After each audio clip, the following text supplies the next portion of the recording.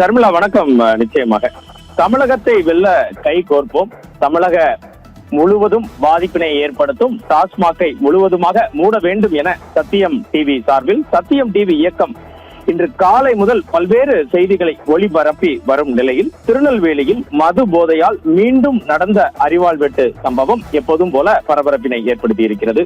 இது குறித்த விரிவான தகவல்களை சேகரித்த போது தாளையூத்து பகுதியில் மது போதையால் நண்பர்களுக்கிடையே நடந்த அரிவாள் வெட்டில் ஆட்டோ டிரைவர் ஒருவர் தரமாரியாக அரிவாள் வெட்டிற்கு இலக்காகி இருக்கிறார்.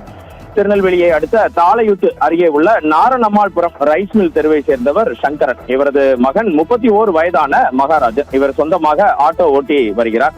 நாரணம்மாள்புரம் பஜார் தெரு பகுதியில் உள்ள மைதானத்தில் தனது நண்பர்களுடன் மது அருந்தி கொண்டிருந்ததாக கூறப்படுகிறது. அப்போது அவர்களுக்குள் வாய் தகராறு ஏற்படுகிறது. வாய் தகராறு முற்றியதில் மகாராஜனை அவருடன் மது அருந்தி கொண்டிருந்த அவரது கூட்டாளி நண்பர்கள் சிலர் அரிவாளால் சரமாரியாக வெட்டியதாக கூறப்படுகிறது. இதில் படுகாயம் அடைந்த மகாராஜனை அவர்கள் அப்படியே விட்டுவிட்டு ஓடி விடுகிறார்கள் ஷர்மிளா. பின்னர் அந்த வழியாக சென்றவர்கள் இதை பார்த்து காவல்துறைக்கு தகவல் அளிக்கிறார்கள். பின்னர் 108 ஆம்புலன்ஸ் மூலம் அவர் திருநெல்வேலி அரசு மருத்துவமனையில் தற்போது சிகிச்சைக்காக சேர்க்கப்பட்டு அவருக்கு சிகிச்சை அளிக்கப்பட்டு வருகிறது. இது தொடர்பாக தாளையூத்து போலீசார் வழக்கு பதிவு செய்து விசாரணை நடத்தி வருகின்றனர்.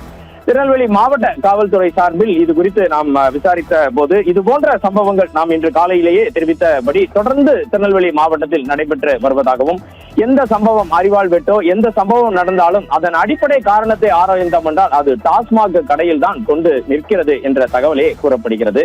தற்போது உடல் நலம் தேறி வரும் இந்த ஆட்டோ டிரைவரின் சிகிச்சை தொடர்ந்து வருகிறது. இதுவே தற்போது இருக்கும் கள நிலவரம். தொடர்ந்து தகவல்களை திரட்டிக் கொண்டிருக்கிறோம். ஷர்மிளா.